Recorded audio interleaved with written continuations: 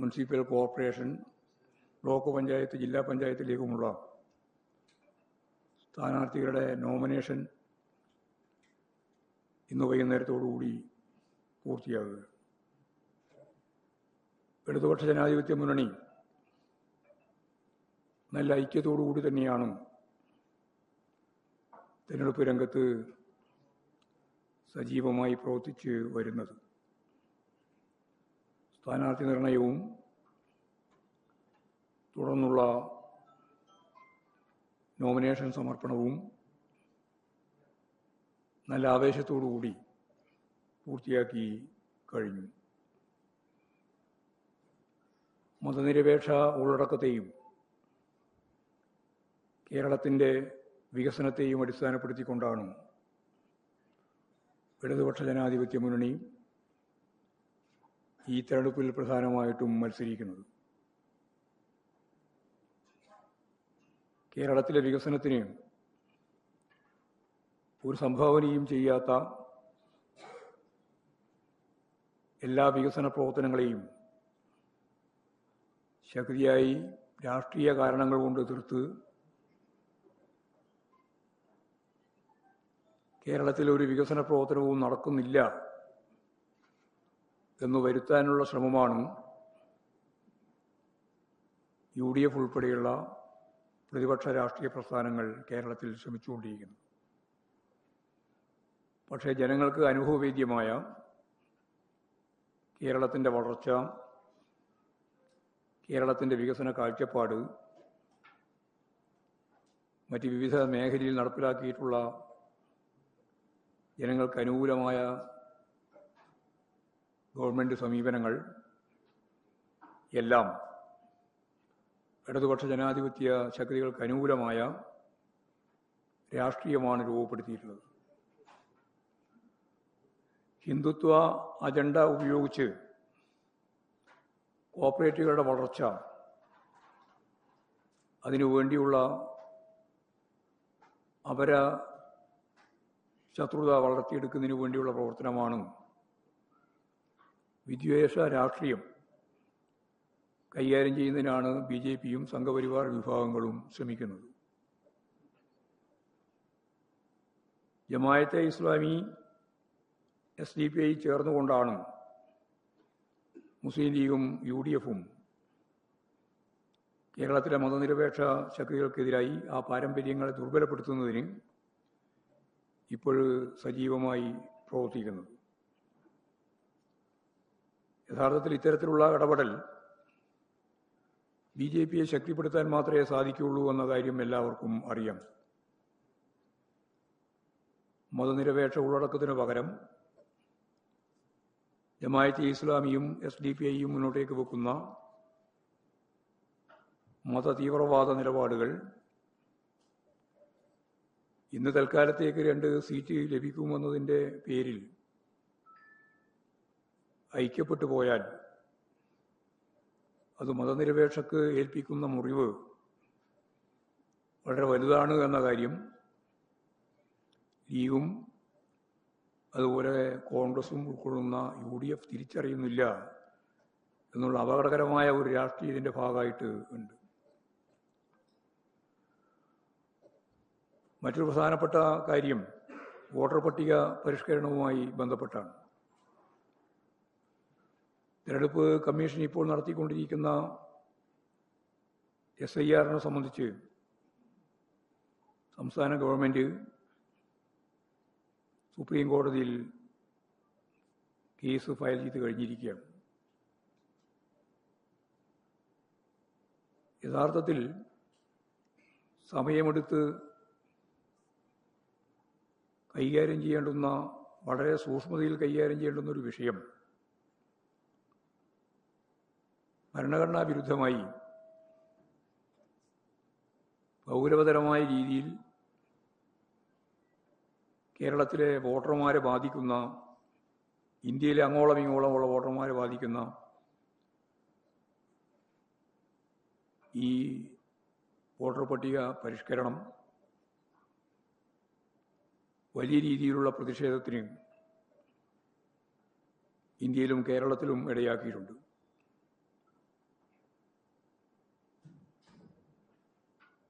ഇതിൻ്റെ തന്നെ ഭാഗമായി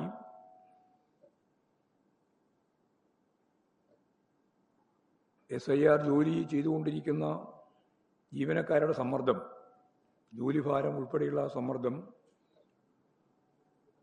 ആത്മഹത്യയിലേക്ക് വരെ എത്തുന്നു. അവിടെ കേരളത്തിൽ മാത്രമല്ല,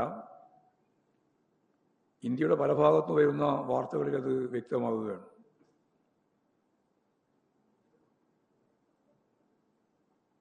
ഈ സംബന്ധിച്ച് സുപ്രീം കോടതിയിൽ സംസ്ഥാന സർക്കാർ നൽകിയ ഹർജിയിൽ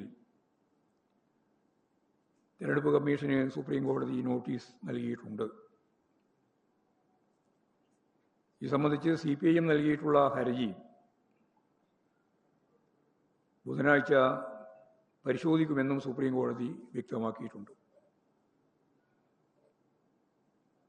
നിയമപരമായ ഈ പോരാട്ടം ശക്തിയായി നടക്കുമ്പോഴും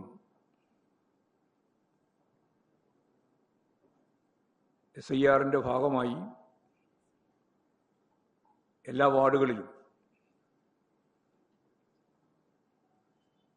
ഓരോ വോട്ടർമാരും അല്ലെങ്കിൽ 18 വയസ്സ് കഴിഞ്ഞ ഓരോരുത്തരും വോട്ടർ പട്ടികയിൽ ഉൾപ്പെട്ടിരിക്കുന്നു എന്നുള്ളതിന് ഉറപ്പുണ്ടാക്കാൻ ഉതകുന്ന രീതിയിലുള്ള പ്രായോഗിക സമീപനം സ്വീകരിക്കണം എന്നും പാർട്ടി തീരുമാനിച്ചിട്ടുണ്ട്. അതിൻ്റെ ഭാഗമായി പ്രത്യേക സ്ക്വാഡുകളും അതേപോലെ തന്നെ ഹെൽപ്പ് ഡെസ്കുകളും ആരംഭിച്ച് ഈ വോട്ടർ പട്ടികയിൽ ഒരാളും വിട്ടുപോകാതിരിക്കുന്നതിന് വേണ്ടിയുള്ള ശ്രമകരമായ പ്രായോഗിക പ്രവർത്തനത്തിലും പാർട്ടി ഇടപെട്ടുകൊണ്ടിരിക്കുകയാണ്.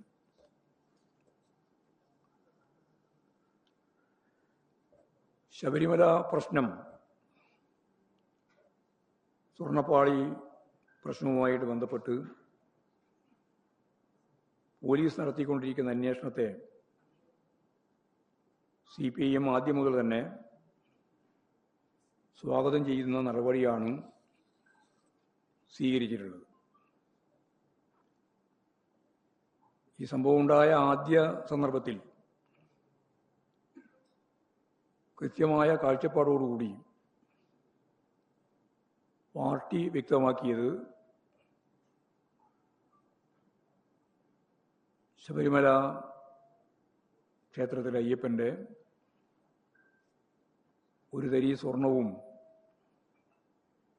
നഷ്ടപ്പെടില്ല എന്നുറപ്പുണ്ടാക്കാൻ സാധിക്കുന്ന രീതിയിൽ ശക്തമായ അന്വേഷണവും നടപടികളും ഉണ്ടാവണം എന്നാണ് ഞങ്ങൾ ആദ്യം മുതലേ പറഞ്ഞത്. എന്നാൽ നിയമസഭയ്ക്ക് അകത്ത് ഈ കാര്യം സംബന്ധിച്ചിടത്തോളം വ്യക്തമായ നിലപാട് മുഖ്യമന്ത്രി ഉൾപ്പെടെ പറഞ്ഞതിന് ശേഷം ഈ അന്വേഷണവുമായി സഹകരിക്കാൻ ഞങ്ങൾക്ക് സാധിക്കില്ല എന്ന നിലപാടാണ് UDF അംഗീകരിച്ചത്. അവരുടെ ഒരേ ഒരു മുദ്രാവാക്യം അന്വേഷണം CBIക്ക് വിടണം എന്ന് പറഞ്ഞുകൊണ്ട് മുദ്രാവാക്യം മുന്നോട്ടേക്ക് വെച്ചു എന്ന് മാത്രമല്ല, സുപ്രധാനമായ ബില്ലുകൾ ചർച്ച ചെയ്യുന്ന, അതിനു വേണ്ടി വിളിച്ചു ചേർത്ത നിയമസഭാ സമ്മേളനം പൂർണ്ണമായിട്ട് സ്തംഭിപ്പിക്കുന്ന സമീപനമാണ് അവർ സ്വീകരിച്ചത്. അവരുന്നയിച്ച മുദ്രാവാക്യം ഈ അന്വേഷണം വേണ്ട, CBI അന്വേഷണം നടത്തണം എന്നതായിരുന്നു. ഈ അന്വേഷണത്തെ തടസ്സപ്പെടുത്താൻ നിയമസഭാ സമ്മേളനം പൂർണ്ണമായിട്ട് ബഹിഷ്കരിച്ചവർ ഇപ്പോൾ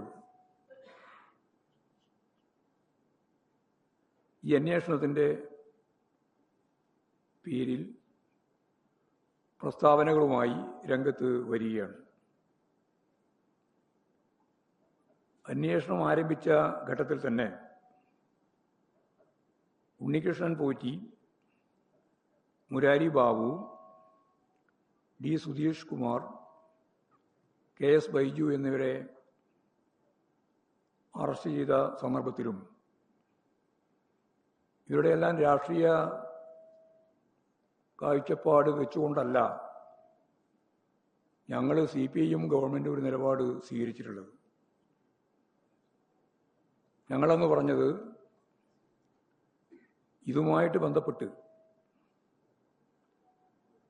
ഹൈക്കോടതിയുടെ നിയന്ത്രണത്തിൽ SIT അന്വേഷണം എല്ലാ അർത്ഥത്തിലും ഞങ്ങൾ സ്വാഗതം ചെയ്തു. അറസ്റ്റുണ്ടായപ്പോൾ അതിനെ ശക്തിയായി പിന്തുണച്ചു. അതാണ് CPIഎമ്മും LDFും ചെയ്ത ഇതുമായിട്ട് ബന്ധപ്പെട്ട നിലപാട്. ഇവരിൽ പലരും കോൺഗ്രസുമായിട്ട് ബന്ധപ്പെട്ടവരാണ് എന്ന് അന്ന് തന്നെ ചില മാധ്യമങ്ങൾ വാർത്ത നൽകിയിരുന്നു. പക്ഷേ ഞങ്ങളതിൽ രാഷ്ട്രീയമല്ല കണ്ടത്. തെറ്റായ നിലപാട് സ്വീകരിച്ചവർ നിയമത്തിൻ്റെ മുമ്പിൽ വരണം. ആവശ്യമായ നിലപാടുകൾ അതിൻ്റെ ഭാഗമായിട്ട് എടുക്കാനാവണം. ആ ഒരു സമീപനം തന്നെയാണ് ഇപ്പോഴും ഞങ്ങൾ തുടരുന്നത്. CPIയും ഈ അന്വേഷണത്തെ പൂർണ്ണമായി പിന്തുണക്കുകയും യഥാർത്ഥ കുറ്റവാളികളെ അറസ്റ്റ് ചെയ്ത് നിയമത്തിൻ്റെ മുമ്പിൽ അവതരിപ്പിച്ച് ശിക്ഷ നൽകാനാവണം എന്ന് തന്നെയാണ് ഞങ്ങൾ അന്ന് കണ്ടിട്ടുള്ളത്, ഇന്നും കാണുന്നത്. ആ നിലപാട് തന്നെയാണ് തുടരുന്നത്. തെറ്റ് ചെയ്യുന്ന ആരെയും സംരക്ഷിക്കുന്ന നിലപാട് CPIഎം സ്വീകരിക്കുന്നില്ല. യാതൊരു തരത്തിലുള്ള ഇടപെടലുകളും ഈ അന്വേഷണത്തിൽ കേരള സർക്കാർ നടത്തിയിട്ടില്ല എന്നതിൻ്റെ തെളിവ് കൂടിയാണ് നടന്നുകൊണ്ടിരിക്കുന്ന ഈ അറസ്റ്റുകളെ സംബന്ധിച്ച് നമുക്ക് കാണാൻ കഴിയുക. ഈ സംബന്ധിച്ച് പല വിവരങ്ങളും പുറത്തു വന്നിട്ടുണ്ട്. ഇനിയും കൂടുതൽ വിവരങ്ങൾ പുറത്തു വരും എന്ന കാര്യത്തിലും സംശയമില്ല. ഇത്തരം നടപടികളെയെല്ലാം CPIഎം പിന്തുണക്കുകയാണ്. പത്മകുമാറിൻ്റെ അറസ്റ്റുമായിട്ട് ബന്ധപ്പെട്ട കാര്യത്തിൽ കൂടുതൽ വിശദാംശങ്ങൾ ഉണ്ടെങ്കിൽ അതുകൂടി പരിശോധിച്ച് ആവശ്യമായ നടപടി സർക്കാർ സ്വീകരിക്കുമെന്ന കാര്യത്തിൽ സംശയമില്ല, വ്യക്തമാക്കിയിട്ടുള്ള കാര്യം തന്നെയാണ്. അല്ല, സർക്കാർ തന്നെ പ്രഖ്യാപിച്ചിട്ടുള്ളതാണ്. പാർട്ടിയെ സംബന്ധിച്ചിടത്തോളം ഞാൻ വ്യക്തമാക്കിയല്ലോ ആദ്യം തന്നെ. പാർട്ടിയെ സംബന്ധിച്ച് ഞാൻ വ്യക്തമാക്കി. കാരണം മുഖം നോക്കാതെയുള്ള ശക്തമായ നടപടി ഉണ്ടാവുമെന്നാണ് മുഖ്യമന്ത്രി തന്നെ അസംബ്ലിയിൽ പറഞ്ഞത്. അപ്പോൾ വസ്തുതകൾ പരിശോധിച്ച ശേഷം ആവശ്യമായ കർശന നടപടികൾ പാർട്ടി സ്വീകരിക്കേണ്ടതുണ്ടെങ്കിൽ അത്തരം നടപടികൾ പാർട്ടി സ്വീകരിക്കുകയും ചെയ്യും. ഒരാളെയും സംരക്ഷിക്കുന്ന നിലപാട് ഈ കാര്യത്തിൽ ഞങ്ങൾ സ്വീകരിക്കില്ല. കുറ്റവാളികൾ ശിക്ഷിക്കപ്പെടണം എന്ന് തന്നെയാണ് ഞങ്ങളെ സംബന്ധിച്ചിടത്തോളം വിശദീകരിക്കാനുള്ളത്. LDF സർക്കാർ ഏൽപ്പിച്ച ചുമതലകൾ ഫലപ്രദമായി നിർവഹിക്കുന്നതിൽ പോരായ്മ വന്നിട്ടുണ്ടെങ്കിൽ അക്കാര്യവും പരിശോധിച്ച് ആവശ്യമായ നിലപാട് സ്വീകരിക്കും. അപ്പോൾ പാർട്ടി സംസ്ഥാന കമ്മിറ്റി നേരത്തെ ചൂണ്ടിക്കാണിച്ച പോലെ തന്നെ വളരെ ഫലപ്രദമായ രീതിയിൽ നടന്നുകൊണ്ടിരിക്കുന്ന അന്വേഷണത്തെ പൂർണ്ണമായിട്ട് പിന്തുണക്കുന്നു. ആരായാലും അവർ നിയമത്തിൻ്റെ മുമ്പിൽ വരട്ടെ. എല്ലാ വിശദാംശങ്ങളും പൂർണ്ണമായിട്ട് കൈകാര്യം ചെയ്യാൻ സാധിക്കുന്ന സ്ഥിതി ഉണ്ടാവുമെന്ന് തന്നെയാണ് ഞങ്ങൾ പ്രതീക്ഷിക്കുന്നത്. അത് സംബന്ധിച്ചെല്ലാമുള്ള വിശദാംശങ്ങൾ ഇതെല്ലാം ചേർന്ന് വരുമ്പോൾ നമുക്ക് കൂടുതൽ വിശദമായി പരിശോധിച്ച് ആവശ്യമായ നിലപാടും നടപടിയും സ്വീകരിക്കാനാവും എന്നാണ് അത് സംബന്ധിച്ചും ചൂണ്ടിക്കാണിക്കാനുള്ളത്. ഇന്ന് യഥാർത്ഥത്തിൽ ഗൗരവപൂർവ്വം ചർച്ചപ്പെടേണ്ടുന്ന മറ്റൊരു വിഷയം ഭരണഘടനാ ബെഞ്ചുമായിട്ട് ബന്ധപ്പെട്ട് സുപ്രീം കോടതിയുടെ ഭാഗമായിട്ടുള്ള വിധിയാണ്. യഥാർത്ഥത്തിൽ ആ വിധിക്ക് അനുകൂലമായും പ്രതികൂലവുമായ ഒരുപാട് നിരീക്ഷണങ്ങൾ ഇന്ത്യയിലും അതിൻ്റെ ഭാഗമായിട്ട് കേരളത്തിലും ഇതിനകം ഉണ്ടായിട്ടുണ്ട്.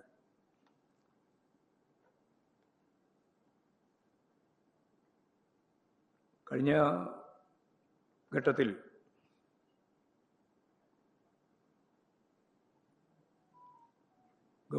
കേന്ദ്ര ഗവൺമെൻറ്റിൻ്റെ അറ്റോർണി ജനറലായിട്ട് പ്രവർത്തിച്ചിട്ടുള്ള മുകുൾ റോത്തഗിനെ അഭിപ്രായപ്പെട്ട കാര്യം നിങ്ങളെല്ലാം കണ്ടു കാണും. യഥാർത്ഥത്തിൽ നിയമസഭ പാസാക്കുന്ന ബില്ലുകൾ ഗവർണറുടെ അംഗീകാരത്തിന് വേണ്ടി അയച്ചു കഴിഞ്ഞാൽ സുപ്രീം കോടതിയുടെ കഴിഞ്ഞ ഡിവിഷൻ ബെഞ്ചിൻ്റെ വിധി അനുസരിച്ച് ഒരു നിശ്ചിത സമയം അത് കഴിഞ്ഞാൽ അതിൻ്റെ മേലെ അടയിരിക്കാൻ ഗവർണർക്കും പ്രസിഡന്റിനും ഇന്ത്യ യൂണിയൻ പ്രസിഡന്റിനും അവകാശമില്ല എന്നും അതോടൊപ്പം തന്നെ അത് തുടർന്ന് മുമ്പോട്ടേക്ക് പോയാൽ അത്തരം ബില്ലുകളെല്ലാം പാസാക്കിയതായിട്ട് കണക്കാക്കണമെന്നും സുപ്രീം കോടതിയുടെ ഡിവിഷൻ ബെഞ്ച് മുമ്പ് വിധിയായിട്ട് കൊടുത്തതാണ്. ഇപ്പോഴ് ഭരണഘടനാ ബെഞ്ച് പറയുന്നത് അങ്ങനെയൊരു സമയക്രമം ഗവർണറുടെ കാര്യത്തിലും പ്രസിഡന്റിന്റെ കാര്യത്തിലും നിർണ്ണയിക്കാൻ സാധിക്കുന്നതല്ല എന്നതാണ്. അപ്പോഴാണ് മുകുൾ റോത്തഗ് പറഞ്ഞിട്ടുള്ളത് കൂടുതൽ ആശയക്കുഴപ്പമുണ്ടാക്കുന്ന ഒരു വിധിയായി പോയി ഇത് എന്ന്. പ്രശ്നത്തിന് പരിഹാരം ഉണ്ടാകില്ല എന്ന് മാത്രമല്ല, കൂടുതൽ ആശയക്കുഴപ്പമാണ് ഇതിൻ്റെ ഭാഗമായിട്ട് ഉണ്ടാക്കുന്നത്.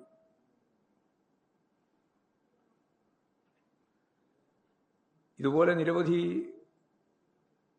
വിശദീകരണങ്ങൾ ഉണ്ടായിട്ടുണ്ട്. CPM-ന്റെ അഖിലേന്ത്യാ ജനറൽ സെക്രട്ടറി സഖാവ് MA ബേബിയും ഈ കാര്യം വിശദീകരിച്ചിട്ടുള്ളതാണ്. പ്രശ്നപരിഹാരത്തിനുതകുന്ന നിലപാടിലേക്ക് എത്തിയില്ല എന്നുള്ള വിമർശനം ഇതുമായിട്ട് ബന്ധപ്പെട്ട്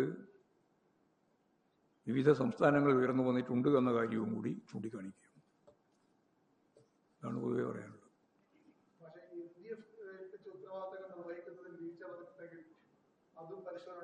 ഓ, ആർക്കൊക്കെയാണോ ബാധകം അവർക്കെല്ലാം. ഞാൻ പറഞ്ഞത് എല്ലാവർക്കും ബാധകമാണ്. LDF ചുമതലപ്പെടുത്തിയിട്ടുള്ള ഉത്തരവാദിത്തങ്ങൾ നിർവഹിക്കുന്നതിൽ വല്ല വീഴ്ചയും കൂടി സംഭവിച്ചിട്ടുണ്ടെങ്കിൽ അതും പരിശോധിച്ച് ആവശ്യമായ നിലപാട് സ്വീകരിക്കും എന്നാണ്. അതിൻ്റെ മേലെ ആരെയും സംരക്ഷിക്കുന്ന നിലപാട് സ്വീകരിക്കില്ല. അതെ, അല്ല അതിപ്പം പിന്നെ എന്ത് ചെയ്യാനാണ്? ഇപ്പോഴായിട്ടില്ലല്ലോ. കോടതിയുടെ മുമ്പിലെത്തി കാര്യങ്ങൾ കൈകാര്യം ചെയ്ത് വരണ്ടേ? അപ്പോഴല്ലേ നിലപാട് സ്വീകരിക്കാൻ പറ്റുള്ളൂ. ഒന്ന് ക്ലാരിറ്റി ചോദിച്ചു.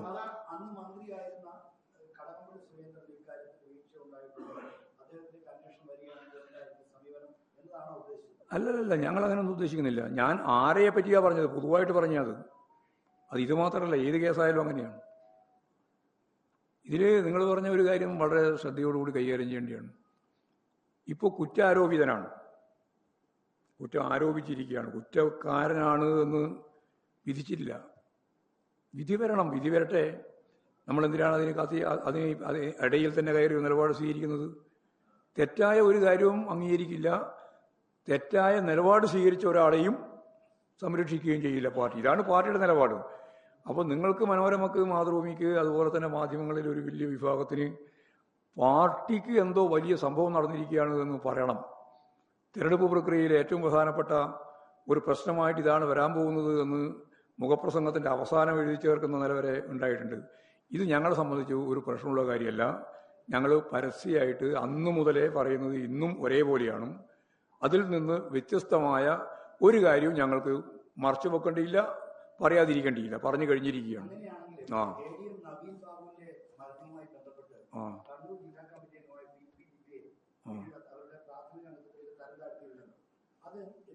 അത് പാർട്ടി ഉൾപ്പെടെ പരിശോധിച്ചിട്ടില്ലേ ചെയ്തത്?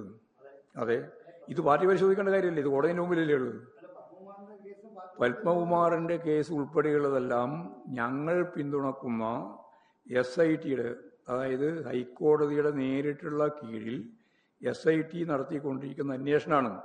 ആ അന്വേഷണത്തെ ഞാൻ ആദ്യം പറഞ്ഞതുപോലെ പൂർണ്ണമായി ഞങ്ങൾ പിന്തുണച്ചിട്ടുണ്ട്.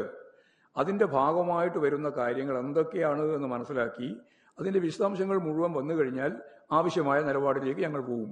ഒരാളെയും സംരക്ഷിക്കില്ല എന്നാണ് ആദ്യം മുതലേ പറഞ്ഞത്. അതിൽ തന്നെയാണ് പാർട്ടി ഇപ്പോഴും ഉറച്ചു നിൽക്കുന്നത്. വരട്ടെ, വിശദാംശങ്ങൾ വരട്ടെ, അപ്പോൾ നമുക്ക് അറിയിക്കാം. അതൊന്നും ഞാൻ പറഞ്ഞിട്ടില്ല. വിശദാംശങ്ങൾ പൂർണ്ണമായിട്ട് വരട്ടെ, വന്നതിന് ശേഷം നമുക്ക് നടപടി ഉൾപ്പെടെയുള്ള കാര്യങ്ങളെ സംബന്ധിച്ച് അന്നേരം അറിയിക്കുക.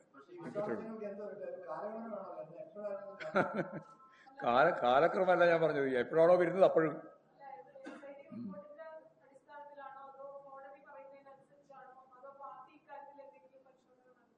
ഇല്ല, ഞങ്ങൾ ഇതിൻ്റെ അകത്ത് പരിശോധന നടത്തിയിട്ടില്ല. കാരണം ഇതിപ്പോൾ ഒരു പ്രധാനപ്പെട്ട കേസ് നടക്കുകയാണ്. ആ കേസിന്റെ ഭാഗമായിട്ട് വരുന്ന കാര്യങ്ങൾ നോക്കിയിട്ട് ചെയ്യാം.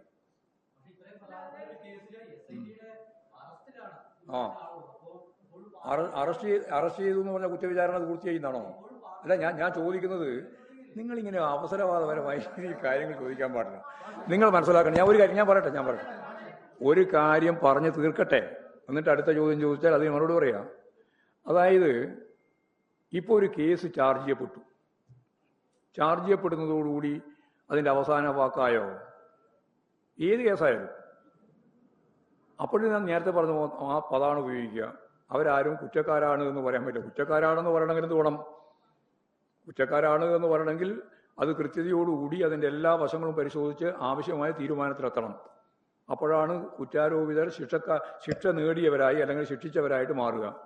അങ്ങനെ അല്ലാത്തടത്തോളം കാലം നിങ്ങൾ എങ്ങനെയാണ് ഒരു കേസിന്റെ ഭാഗമായിട്ട് കേസ് കൊടുത്തിരിക്കുന്നു അല്ലെങ്കിൽ അവർ അറസ്റ്റ് ചെയ്തിരിക്കുന്നു എന്നുള്ളത് കൊണ്ട് മാത്രം അവരെല്ലാം പൂർണ്ണമായി കുറ്റക്കാരാണെന്ന് ജുഡീഷ്യറി സംവിധാനത്തിന്റെ ഭാഗത്തെ പൂർണ്ണമായിട്ട് അവഗണിച്ചുകൊണ്ട് കാര്യങ്ങൾ കൈകാര്യം ചെയ്യാൻ പറ്റുമോ? ഇത് എക്സിക്യൂട്ടീവിന്റെ രീതിയല്ലേ?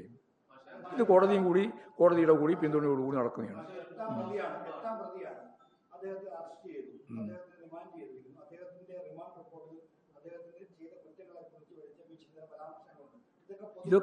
ഇതൊക്കെ പറ.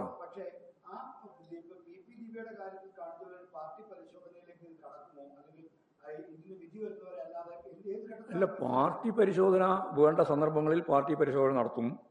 ഗവൺമെന്റിന്റെ പരിശോധന എന്ന് പറഞ്ഞാൽ ഇപ്പോൾ ഇവിടെ നടന്നുകൊണ്ടിരിക്കുന്ന കോടതിയുടെ പൂർണ്ണ പിന്തുണയിൽ നടക്കുന്ന SIT പോലെയുള്ള അന്വേഷണം അത് പൂർത്തിയായിട്ട് വരട്ടെ, അതിന്റെ പൂർണ്ണമായ വശങ്ങളിലേക്ക് വരട്ടെ. അതിനൊരു കാലക്രമമൊന്നും ഞങ്ങൾ നിശ്ചയിച്ചിട്ടില്ല.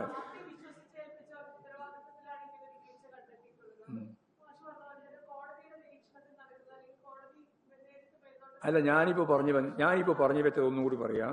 അതായത് ഇമാതിരിയുള്ള കാര്യങ്ങൾ മുഴുവൻ വിശദാംശങ്ങളും വരട്ടെ.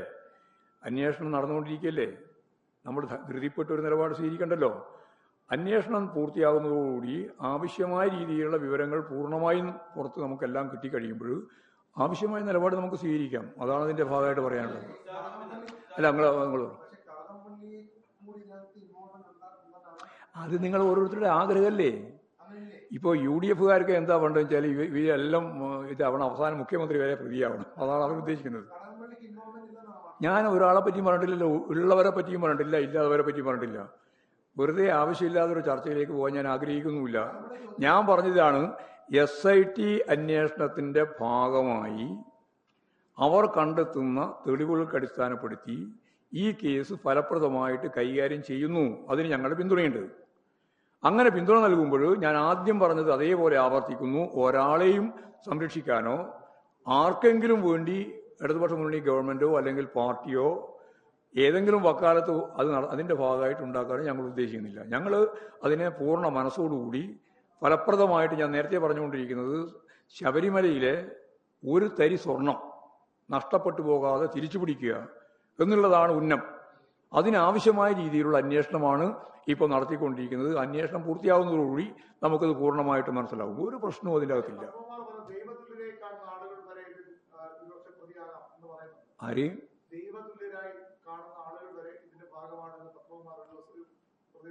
അല്ല, പത്മകുമാർ ഇന്നലെ പറഞ്ഞത് ശബരിമല അയ്യപ്പൻ തന്നെ ഇതിന് കൂലി കൊടുത്തോളുന്നു. അതും പറഞ്ഞിട്ടുണ്ടല്ലോ. അത് നിങ്ങൾ തന്നെ കണ്ടതല്ലേ? അല്ല, ഞാൻ അങ്ങനെയൊന്നും പറഞ്ഞിട്ടില്ല. വെറുതെ വേണ്ടാതെ എൻ്റെ വായിൽ ഇതെല്ലാം കുത്തി തീരാൻ വേണ്ടി വരേണ്ട വല്ല കാര്യമുണ്ട്. അത് പിന്നെ നിങ്ങൾ എന്താ പറയുക? ഇപ്പോൾ ഈ പത്രഭാഷ, നിങ്ങളെ പത്രഭാഷ പറഞ്ഞാൽ ഞാനത് ഉപയോഗിക്കാം. എന്താ പറ പിന്നെ എന്താന്ന് പറ.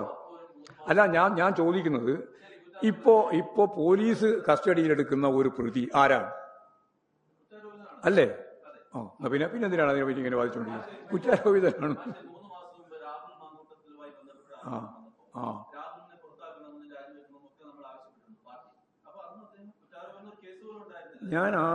ഞാൻ ആദ്യം ആവശ്യപ്പെട്ടത് രാജിവെക്കണമെന്നായിരുന്നില്ല. അല്ലല്ല, പിന്നീട് വന്ന വിവരങ്ങൾ മുഴുവൻ വെച്ചിട്ട് രാജിവെച്ചാലും മതിയാവൂല. അതാണല്ലോ അവിടെ എത്തിയത് സംഭവം. അതുകൊണ്ട് ജനങ്ങളാകെ ആഗ്രഹിച്ച ഒരു കാര്യം അവസാനം ഞങ്ങൾ കൂടി പറഞ്ഞെന്ന് മാത്രമേ ഉള്ളൂ. അല്ലാണ്ട് കോൺഗ്രസ് ആണ് തീരുമാനിക്കേണ്ടതെന്ന് ആദ്യം പറഞ്ഞത്. അതാ ഞാൻ പറഞ്ഞത്, കോൺഗ്രസ് ആണ് തീരുമാനിക്കേണ്ടത്. ഇപ്പോ യഥാർത്ഥത്തിൽ അത് ആളുകൾ മുഴുവൻ ഏറ്റെടുത്ത ഒരു പ്രശ്നമായിട്ട് വന്ന കോൺഗ്രസ്സുകാരുൾപ്പെടെ, വി.ഡി. സതീശൻ ഉൾപ്പെടെ ഏറ്റെടുത്ത പ്രശ്നമായി വന്നതുകൊണ്ട് ഞാൻ പറഞ്ഞതിന് ഇപ്പോൾ വലിയ പ്രസക്തിയൊന്നും ഇല്ലാണ്ടായി. അവരെന്നെ പറഞ്ഞതാണ് പ്രസക്തമായി വന്നത്. അത്രേ ഉള്ളൂ.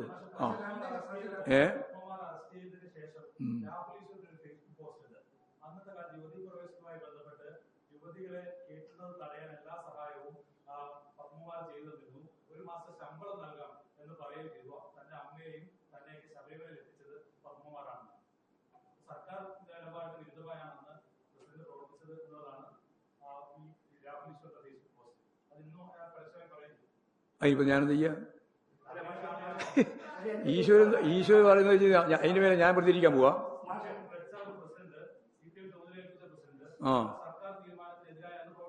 അത് പ്രവർത്തിച്ചിരുന്നു എന്നാണ് ഇപ്പൊ പറയുന്നത്. അന്ന് പറഞ്ഞിട്ടില്ലല്ലോ, ഇപ്പോഴല്ലേ പറയുന്നത്. അറിയില്ല, അതിനെപ്പറ്റിയൊന്നും എനിക്ക് ഒരു വിവരമില്ല. ഏത് ക്ലാരിറ്റി വേണമെങ്കിൽ പറഞ്ഞോ, ഞാൻ പറഞ്ഞോളൂ. SIT അന്വേഷണത്തിൽ ഞാൻ പറഞ്ഞല്ലോ, പൂർണ്ണ വിശ്വാസം. അല്ലല്ല, അപ്പൊ അതാ ഞാൻ പറഞ്ഞത്, SIT അറസ്റ്റ് ചെയ്താലും ഇനി ആരറസ്റ്റ് ചെയ്താലും അറസ്റ്റ് ചെയ്യപ്പെട്ട ഒരാളാരാ? അതാണ് ഇദ്ദേഹം പറഞ്ഞത്. ആരാ? കുറ്റാരോപിതനാണ്. അയാൾ കുറ്റം ചെയ്തിരിക്കുന്നു എന്ന് പറയാൻ SITക്ക് അവകാശമുണ്ടോ? കോടതി ഇല്ല, വെറുതെ പറയാണ്.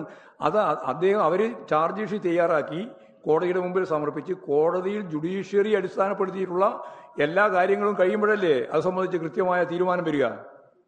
അങ്ങനെയാണല്ലോ, എല്ലാ സ്ഥലത്തും അങ്ങനെയല്ലേ. ജാമ്യം കിട്ടിയാൽ വേണ്ടാതെ ചോദിച്ചിട്ട് കോടതി റിമാൻഡ് ചെയ്താൽ അപ്പോ ശിക്ഷയായോ? ജുഡീഷ്യൽ കസ്റ്റഡി എന്നാണ്. വെറുതെ ഇങ്ങനെയാണ്. നിയമപരമായിട്ടുള്ള ഒരുപാട് കാര്യങ്ങളെ സംബന്ധിച്ച് നല്ല അജ്ഞതയിലാണ് നമ്മളുള്ളത് എന്നാണ് ഇതിന്റെ അർത്ഥം.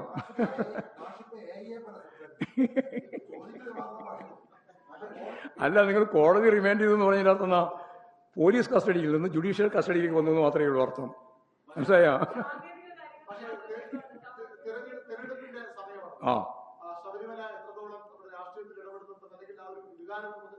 അല്ല, ഇപ്പൊ മനോരമയും മാതൃകയും UDF-ഉം BJP-യും എല്ലാം ഇതിനെ അടിസ്ഥാനപ്പെടുത്തിയിട്ട് രാഷ്ട്രീയം കൈകാര്യം ചെയ്യാനാണ് ശ്രമിച്ചുകൊണ്ടിരിക്കുന്നത്. അതൊന്നും കേരളത്തിൽ വിലപ്പോകുന്ന പ്രശ്നമില്ല എന്ന ഉറച്ച വിശ്വാസക്കാരനാണ് ഞാൻ.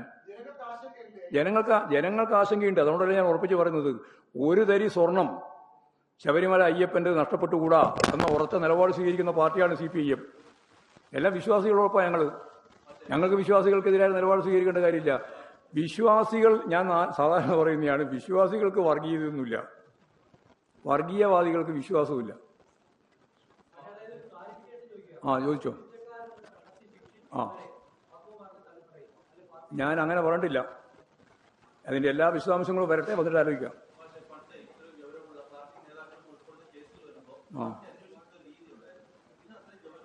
ഇത് പാർട്ടി അന്വേഷിക്കേണ്ടുന്ന ഒരു തരത്തിലുള്ള കേസായിട്ടല്ല വരുന്നത്.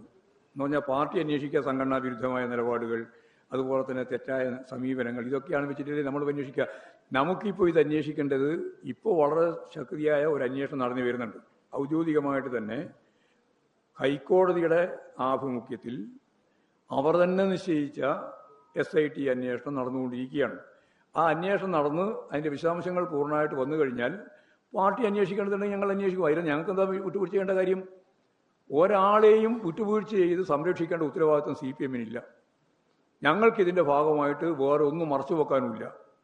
കൃത്യതയോടുകൂടിയാണ് ഇപ്പോൾ പുതിയ ചെയർമാൻ ഉൾപ്പെടെ ഗവൺമെൻറ് നിശ്ചയിച്ചത്. ഈ ഒരു മാനസികാവസ്ഥ കൂടി വെച്ചുകൊണ്ടാണല്ലോ. ഒരു രാഷ്ട്രീയക്കാരനെ നിശ്ചയിക്കാമായിരുന്നല്ലോ, വേണമെങ്കിൽ നിശ്ചയിച്ചില്ലല്ലോ. എല്ലാ കാര്യങ്ങളും സുതാര്യമായി നടക്കാൻ നല്ല പശ്ചാത്തലമുള്ള ഒരാളെയാണ് ഇപ്പോൾ ചെയർമാനായിട്ട് നിശ്ചയിച്ചിട്ടുള്ളത്. അതുകൊണ്ടാണ് ഞാൻ ഉറപ്പിച്ച് പറഞ്ഞത്, പാർട്ടിക്ക് ഇതിൻ്റെ അകത്ത് ഒന്നും മറക്കാനില്ല. അതുകൊണ്ട് പാർട്ടി ആകെ അങ്കലാപ്പിലാണ്. ഇന്ന് മനോരമ ഉൾപ്പെടെയുള്ളതിൻ്റെ അകത്ത് പ്രത്യേകമായ കോളം വെച്ച് മുഖപ്രസംഗം എഴുതി എല്ലാം കൂടി ചേർത്ത് നിങ്ങൾ വലതുപക്ഷ രാഷ്ട്രീയത്തിൻ്റെ ഏറ്റവും ശക്തിയായിട്ടുള്ള വക്താക്കളായിട്ട് മാറി നിന്ന് പ്രവർത്തിക്കുന്നു എന്നുള്ളത് ശരിയാണ്. അതിൽ ഞങ്ങൾക്ക് യാതൊരു തർക്കമില്ല. ജനാധിപത്യ സമൂഹത്തിൽ ഇതെല്ലാം അവകാശമുണ്ട്. ഈ അവകാശത്തെ നിഷേധിക്കാനും ഞങ്ങൾ പുറപ്പെടുന്നില്ല. പക്ഷേ ഞങ്ങളെ സംബന്ധിച്ചിടത്തോളം ഉള്ള കാര്യം ജനങ്ങൾക്ക് നന്നായിട്ട് അറിയാം. അതുകൊണ്ടാണ് ശബരിമലയിലേക്ക് ജനങ്ങളൊരു കുത്തൊഴുക്കുണ്ടാകുന്നത്. അല്ലെങ്കിൽ ഇങ്ങനെയല്ലല്ലോ സംഭവിക്കുക. വലിയ രീതിയിലുള്ള ആദ്യത്തെ 2-3 ദിവസം കൊണ്ട് തന്നെ ലക്ഷക്കണക്കിന് ആളുകളല്ലേ അയ്യപ്പ ഭക്തന്മാർ അവിടെ എത്തിച്ചേർന്നത്. ഇനിയും ആ ശക്തി കൂടി വരുന്നതാണ് ഞങ്ങളുടെ അഭിപ്രായം. സർക്കാരിൻ്റെ വമ്പിച്ച വിജയമാണ്, ഒരു സംശയമില്ല. അതുകൊണ്ടാവും ഇനി അങ്ങനെ ഒന്ന് കലങ്ങുമ്പോൾ വേറൊന്ന് കലങ്ങും, വേറെ പിന്നൊന്ന് തെളിയുമ്പോൾ മറ്റൊന്ന് തെളിയും. ഇതൊക്കെയല്ലേ രാഷ്ട്രീയം. ഈ രാഷ്ട്രീയത്തിൻ്റെ അകത്ത് നിങ്ങൾ ഒരേ കാലത്ത് ഒരേപോലെ തലങ്ങുക, ഒരേപോലെ തെളിയുക, അങ്ങനെ വല്ലതുണ്ടോ? ഓരോന്നോരോന്ന് വരികയും ഓരോന്നോരോന്നിനെ അഭിമുഖീകരിക്കുകയും അതിൻ്റെ ഭാഗമായിട്ടുള്ള കാര്യങ്ങൾ ശാസ്ത്രീയമായി കൈകാര്യം ചെയ്ത് പോവുകയും ചെയ്യല്ലേ രാഷ്ട്രീയം.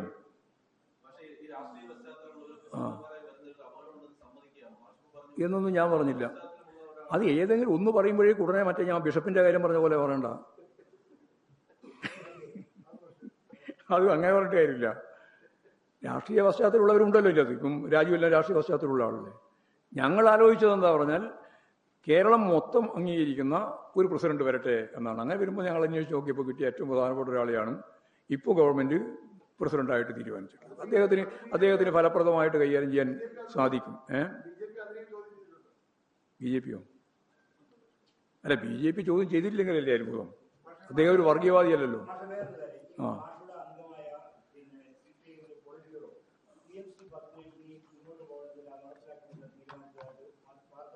ആ ഞാൻ നേരത്തെ പറഞ്ഞല്ലോ, തികച്ചും തെറ്റായ വാർത്തയാണത്. അങ്ങനെ ഒരു വാർത്ത ഇല്ല. ഇല്ല, തീരുമാനിച്ചിട്ടില്ല. ആ കാര്യം ചർച്ച ചെയ്തില്ല ആ രീതിയിൽ. ഓ,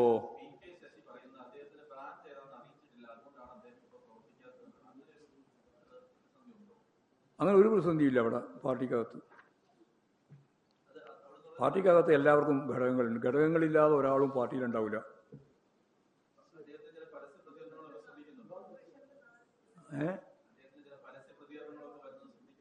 അദ്ദേഹത്തിന്റെ പ്രതികരണം മാത്രമല്ല, പലയാളുടെയും പ്രതികരണം വരുന്നുണ്ടല്ലോ.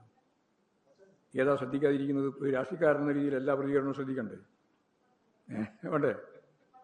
ഏതെങ്കിലും ഒരു പ്രതികരണം മാത്രമല്ല, എല്ലാ പ്രതികരണവും ശ്രദ്ധിക്കണ്ടേ? അത് ശ്രദ്ധിക്കുന്നുണ്ട്. വരെയെന്ന് പറഞ്ഞാൽ അതിൻ്റെ അപ്പുറത്ത് കുറേ ആരും ഉണ്ടെന്ന് തോന്നുന്നു ആ പ്രയോഗത്തിന്.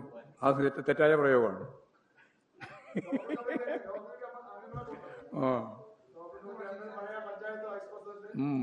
അപ്പോൾ കോൺഗ്രസിൻ്റെയോ?